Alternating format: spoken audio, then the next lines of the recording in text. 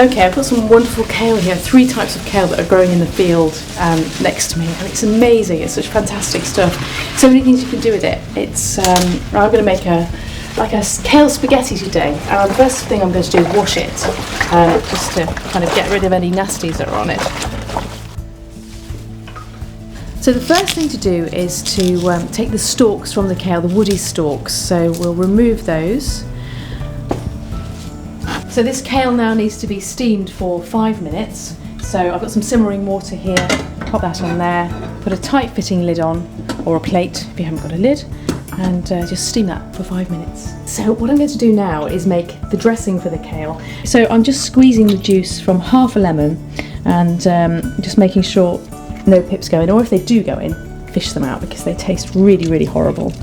I've got some sage from the garden here, and I'm just chopping this really, really finely because that's going to flavour the kale. Pop that into the bowl like that.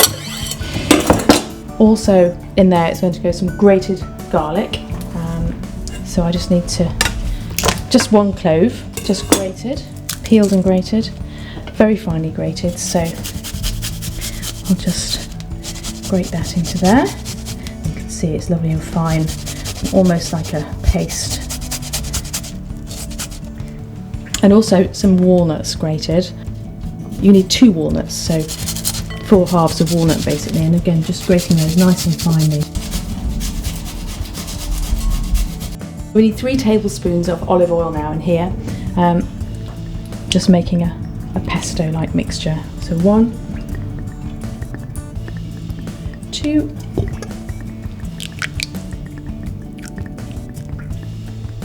3. A few gratings of pepper and a few gratings of salt.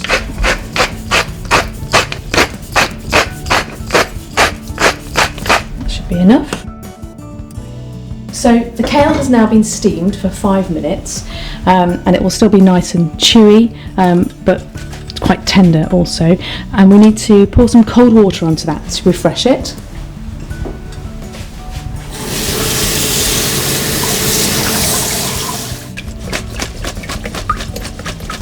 Give it a shake, and now I need to squeeze the moisture out of it,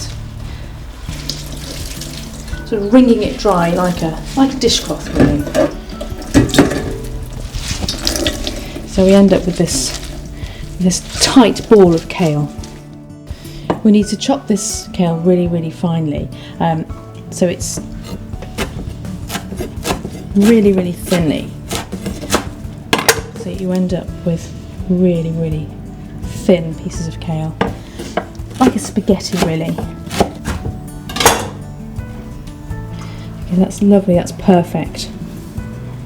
So the kale needs to go into the saucepan again, and now adding to that is the garlic, the olive oil and the lemon juice, salt and pepper, grated walnuts, all going in there.